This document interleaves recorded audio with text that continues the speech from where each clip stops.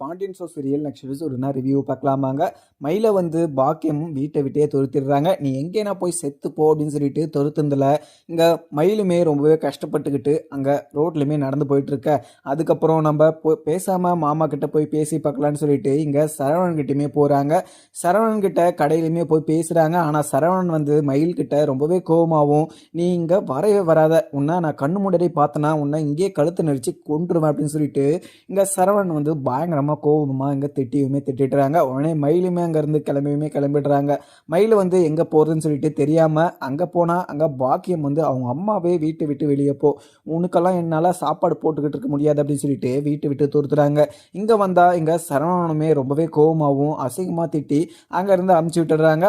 வேற என்ன நம்ம இது முடிவு பண்ணுறதுன்னு சொல்லிட்டு தெரியாமல் குழம்பி போய் மயிலுமே அங்கே நம்ம தற்கொலை பண்ணிக்கலாம் அப்படின்னு சொல்லிட்டு அங்கே நடந்து போயிட்டு இருக்காங்க. உடனே நடந்து போயிட்டு யோசிச்சுக்கிட்டே இங்கே சரவணனுமே நம்மளை வீட்டுக்கு சேர்த்துக்க போகிறதில்ல, எங்கள் அம்மாவும் வீட்டில் இருக்க வைக்க போகிறதில்ல, நம்ம இதுக்கு மேலே உயிரோடு வாழ்ந்து நம்ம என்ன பிரயோஜனம் அப்படின்னு சொல்லிட்டு இங்கே நம்ம செத்தாதான் ஒரே வழி அப்படின்னு சொல்லிட்டு அங்கே மயிலுமே அங்கே ஒரு கிணறையுமே பார்க்குறாங்க. அங்கே போயிட்டு நின்றுக்கிட்டு இருக்காங்க. இதை பார்த்த இங்கே மீனாவும் அங்கே ஆட்டோவில் போயிட்டு இருக்கும்போது இங்கே மயிலை வந்து பார்க்குறாங்க. மயிலை பார்த்து மயில் பின்னாடியே வந்துட்டு இங்கே மயில் வந்து கிணத்துக்கிட்ட நின்றுக்கிட்டதை பார்த்ததும் இங்கே மீனாக்கு பயங்கர அதிர்ச்சியாகவும் இருக்குது. உடனே அங்கே மீனா கிட்ட பேசுறதுக்காக நிறைய டைம் ட்ரை பண்ணியிருப்பாங்க. ஆனால் மீனாக்கு வந்து கால் போகாததுனால இது மாதிரி ஒரு முடிவு பண்ணிட்டாங்க மயிலுமே. அதுக்கப்புறம் மயிலை வந்து மயில் நீ இப்படி ஒரு தப்பான முடிவு எடுத்துடாத அப்படின்னு சொல்லிட்டு கிட்டவும் போகிறாங்க. உடனே குதிக்கும் போது இங்கே மீனாவும் மயிலை வந்து காப்பாற்றிடுறாங்க. அக்கா எதுக்காகக்கா இது மாதிரிலாம் பண்ணிக்கிட்டு இருக்கீங்க, உங்களோட வாழ்க்கையை நீங்கள் தாங்க ஃபேஸ் பண்ணணும், நீங்கள் ஏதோ ஒரு பொய் சொல்லிட்டீங்க, அந்த ஒரு பொய்யை வந்து நீங்கள் எதுக்காக சொன்னீங்கன்னு சொல்லிட்டு எல்லாருக்கும் நிரூபிக்க வேண்டியது தானே, நீங்கள் இப்படியெல்லாம் ஒரு முடிவு எடுத்தீங்கன்னா ரொம்பவே தப்பானது அப்படின்னு சொல்லிட்டு எங்கள் மீனாவுமே ரொம்பவே சொல்லி பார்க்குறாங்க. ஆனால் மயில் வந்து நான் என்ன பண்ணுறது, எங்கள் அம்மா வீட்டுக்கு போனால் எங்கள் அம்மாவும் இங்கே இருக்காத, உன்னெல்லாம் இங்கே வச்சுக்கிட்டு என்னால் பார்த்துக்கிட்டு இருக்க முடியாது அப்படின்னு சொல்லிட்டு வீட்டை விட்டு துரத்துறாங்க.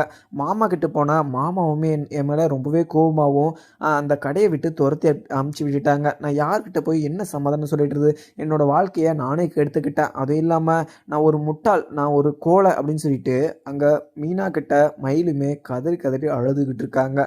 ஆனால் மீனா என்ன பண்ணுறதுன்னு சொல்லிட்டு தெரியாமல் எங்கள் மயிலையுமே வீட்டுக்கு கொண்டு வந்துடுறாங்க.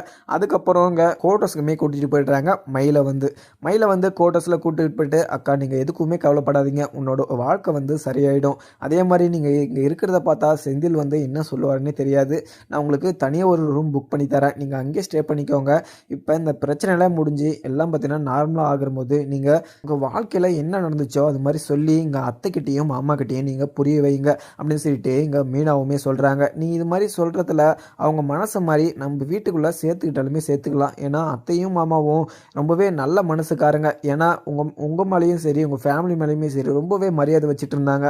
ஆனால் நீங்கள் சொன்ன பொய்யில் உங்கள் மேலே அவங்க பயங்கர கோபமாக தான் இருக்காங்க. ஆனால் இது கூடிய சீக்கிரம் சரியாயிடும், நீ எதுவுமே நினச்சிக்கிட்டு இருக்காத மயில் அப்படின்னு சொல்லிட்டு இங்கே மீனாவுமே சொல்லிட்டுறாங்க. அதுக்கப்புறம் செந்திலுமே வேலையை முடிச்சுட்டு இங்கே வீட்டுக்குமே வந்துடுறாங்க. மயிலை பார்த்ததும் இங்கே செந்திலுக்கு பயங்கர கோபம். உடனே நீங்கள் எதுக்கு இங்கே வந்தீங்க, உங்களை யார் இங்கே கூட்டிகிட்டு வந்தது அப்படின்னு சொல்லிட்டு அங்கே செந்தில் வந்து பயங்கர கோபமாகவும் சொல்லிக்கிட்டு இருக்காங்க. உடனே இங்கே வெளியே என்ன சவுண்டு கேட்குது அப்படின்னு சொல்லிட்டு மீனாவுமே வந்து பார்க்குறாங்க.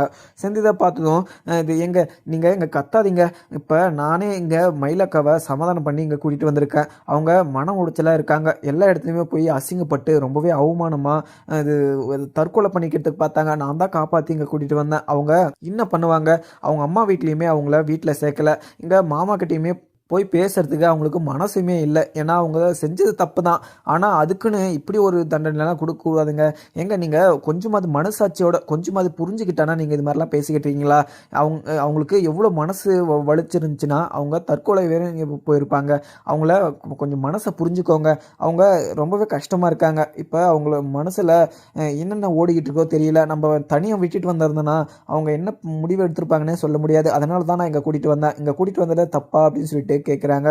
உடனே செந்திலும் இதை கேட்டுட்டு, மீனா அது இல்லை மீனா, நான் என்னோட அண்ணனோட வாழ்க்கையை இவங்க தான் நாசம் பண்ணியிருக்காங்க, இவங்க எங்கள் அண்ணனோட லைஃப்பில் வராமல் இருந்தாங்கன்னா எங்கள் அண்ணன் ரொம்பவே சந்தோஷமாக இருந்திருக்கும், எங்கள் அண்ணன் ரொம்பவே நல்ல அண்ணன், அவர் மனசை காயப்படுத்தியிருக்காங்க, இவங்கள இந்த வீட்டில் சேர்த்து இது உட்கார வச்சுக்கிட்டு சொல்கிறியா, இவங்க பண்ண தப்புக்கு இவங்க செத்தா என்ன அப்படின்னு சொல்லிட்டு எங்கள் செந்தில் வந்து கேட்டுறாங்க. இதை கேட்டதும் மீனாவும், எங்க நீங்கள் இப்படி பேசுவீங்கன்னு சொல்லிட்டு கொஞ்சம் கூட நான் நினச்சி கூட பார்க்கல. நீங்கள் எடுத்து சொன்னால் புரிஞ்சுப்பீங்க அப்படின்னு சொல்லிட்டு நினச்சேன். ஆனால் நீங்கள் மனசாட்சி இல்லாமல் இப்படி பேசிக்கிட்டு இருந்ததை பார்த்தா எனக்கே உங்கள் மேலே பயங்கர கோபமாக இருக்குது. இங்கே அத்தையும் மாமாவும் அவங்களுக்கு இது ரொம்ப பெரிய கஷ்டம்தான்.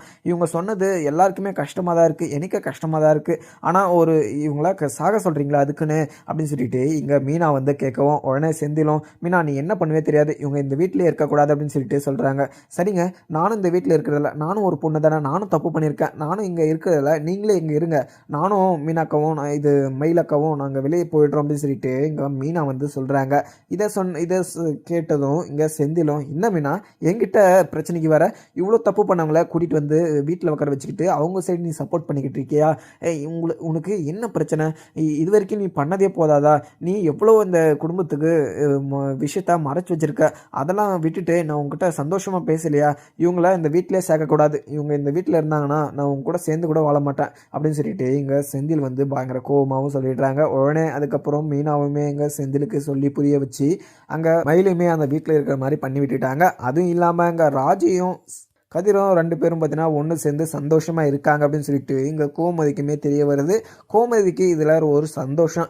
ஏன்னா இவங்க 2 பேரும் பார்த்தீங்கன்னா ஒரு பையனோ பொண்ணோ பெற்று கொடுத்தா அதை நான் பார்த்துட்டு சந்தோஷமாக இருப்பேன். ஏன்னா அந்த வீட்டில் நிறைய கஷ்டமும் நிறைய விஷயமும் நடந்துக்கிட்டு இருக்குது, நிறைய பிரச்சனையுமே நடந்துக்கிட்டு இருக்குது. இந்த ஒரு இதில் வந்து இது மாதிரி ஒரு சந்தோஷமான விஷயம் நடந்தால் ரொம்பவே சந்தோஷமாக இருக்கும் அப்படின்ற மாதிரியுமே இங்கே கோமதி வந்து நினச்சிக்கிட்டு இருக்காங்க. ஆனால் அது வந்து கூடிய சீக்கிரம் நிறைவேற போகுது அப்படின்னு சொல்லிட்டு இங்கே ராஜியுமே ஒரு விஷயத்த சொல்ல போகிறாங்க. அதுக்கப்புறம் ராஜிக்கு ரொம்பவே மயக்கம் வர மாதிரியும் வாந்தி வந்துக்கிட்டே இருக்குது. அதுக்கப்புறம் இங்கே கோமதியும் இப்போ கேட்குறாங்க, என்ன ஆச்சு ராஜி, என்ன வாந்தி வந்து எடுத்துக்கிட்டே இருக்க, என்ன ஆச்சு அப்படின்னு சொல்லிட்டு கேட்குறாங்க. தெரியலங்க அத்தை, எனக்கு மார்னிங்லேருந்தே எனக்கு உடம்பே சரியில்லை, தலை வலிக்கிற மாதிரி இருக்குது, தலை சுற்றுற மாதிரி இருக்குது, வாமிட் வேற வந்துக்கிட்டே இருக்குது அப்படின்னு சொல்லிட்டு இங்கே ராஜியுமே சொல்லிடுறாங்க. இதை கேட்ட கோமதிக்கு கொஞ்சம் சந்தோஷமாக இருக்குது. சரி ராஜி, நம்ம ஹாஸ்பிட்டலுக்கு போயிட்டு வந்துடலாம் அப்படின்னு சொல்லிட்டு சொல்கிறாங்க. இல்லை எனக்கு நார்மலான ஒரு பெயின் தான், அதெல்லாம் ஒரு பிரச்சனை இல்லை அப்படின்னு சொல்லிட்டு இங்கே ராஜியுமே சொல்கிறாங்க. உங்கள் கோமதியும் அதெல்லாம் இல்லை ராஜி, ஹாஸ்பிட்டலுக்கு போய் ஆகணும், நான் அங்கே சொல்கிறேன் அப்படின்னு சொல்லிட்டு ராஜியை வந்து ஹாஸ்பிட்டலுக்குமே கொண்டு போயிடுறாங்க. அங்கே டாக்டர்கிட்ட அந்த டாக்டர், இங்கே என்னோட மருமகளுக்கு வாமிட் வந்துக்கிட்டே இருக்கான், அவளுக்கு தலை சுற்றுற மாதிரி இருக்கான், அவளை கொஞ்சம் செக் பண்ணி சொல்கிறீங்களா, அவள் ப்ரெக்னெண்ட்டாக இருக்காளா இல்லைன்னு சொல்லிட்டு அப்படின்னு சொல்லிட்டு இங்கே டாக்டர்கிட்ட சொல்லிவிட்டு அங்கேருந்து வந்துடுறாங்க. உடனே ராஜையுமே செக் பண்ணிவிட்டு டாக்டரும் இங்கே கோமதி கிட்ட வந்து, அம்மா உங்களுக்கு ஒரு நல்ல விஷயம் சொல்ல போகிறேன், நீங்கள் பாட்டியாக போகிறீங்க அப்படின்னு சொல்லிட்டு இங்கே டாக்டர் சொன்னதை கேட்டதும் இங்கே கோமதிக்கு ரொம்பவே சந்தோஷம். உடனே இங்கே கதிருக்கு கால் பண்ணி இந்த விஷயத்தையுமே சொல்கிறாங்க. கதிர், உனக்கு ஒரு முக்கியமான விஷயம் சொல்லணும், நீ சும்மா தானே இருக்க, எங்கே இருக்க அப்படின்னு சொல்லிட்டு இங்கே கோமதியும் ஒன்றுமே புரியாமல் பேசிக்கிட்டு இருக்காங்க. அம்மா என்ன விஷயமா, என்ன விஷயம் சொல்லுங்க அப்படின்னு சொல்லிட்டு அங்கே கதிருமே இங்கே கோமதி கிட்ட கேட்குறாங்க. அதிலடா நீ அப்பா ஆக போகிறடா, ராஜி ப்ரெக்னெண்ட்டாக இருக்கா அப்படின்னு சொல்லிட்டு இங்கே கோமதி சொன்னதை கேட்டதும் கதிருக்கு பயங்கர சந்தோஷம். உடனே அம்மா நீங்கள் எங்கே இருக்கீங்க அப்படின்னு சொல்லிட்டு கேட்டுட்டு அங்கே ஹாஸ்பிட்டலுக்குமே வந்துடுறாங்க. உடனே ஹாஸ்பிட்டலுக்கு வந்திருக்க வழியில் இங்கே பாண்டியனையுமே மீட் பண்ணுறாங்க. பாண்டியனை மீட் பண்ணதும் இங்கே ராஜி வந்து ப்ரெக்னெண்ட்டாக இருக்கா அப்படின்ற விஷயத்த இங்கே பாண்டியன்கிட்ட சொல்லி அங்கே பாண்டியனுமே ஹாஸ்பிட்டலுக்குமே கொண்டு வந்துடுறாங்க. பாண்டியனுக்கு தெரிஞ்சதும் ரொம்பவே சந்தோஷம். அதுக்கப்புறம் என்ன இருக்குன்னு பார்க்கலாமாங்க. வீடியோ பிடிச்சிருந்தா லைக் பண்ணுங்கள். Thank you friends.